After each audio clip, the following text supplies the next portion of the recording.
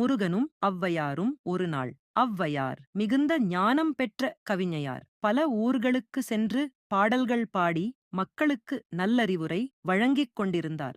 அந்த வழியில் முருகனின் திருவடிகளையும் காண ஆசைப்பட்டார். முருகப்பெருமான் ஔவையாரை சிறிது விளையாட்டாகப் பரிசோதிக்க நினைத்தார். ஔவையார் ஒரு மரத்தடியில் அமர்ந்து ஓய்வெடுத்துக் கொண்டிருந்தார். அப்போது முருகன் ஒரு சிறுவனாக நடித்து அருகில் வந்து கேட்டார். முத்தாய் பிழிந்து கொடுத்தாளா? சூடா கொடுத்தாளா?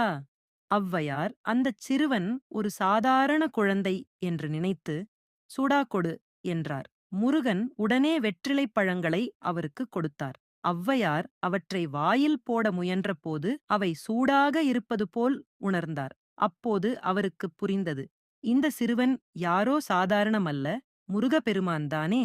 உடனே அவர் பிரமித்து தாழ்ந்து வணங்கினார். முருகன் அவருக்கு அருள் செய்து ஆன்மீக ஞானத்தை வழங்கினார்.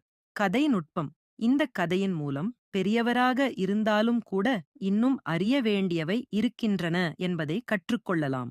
முருகன் திருவிளையாடல் எப்போதும் பக்தர்களை பரிசோதிக்க, அவர்களுக்கு மேலும் அறிவூட்டுவதற்காகவே இருக்கும்.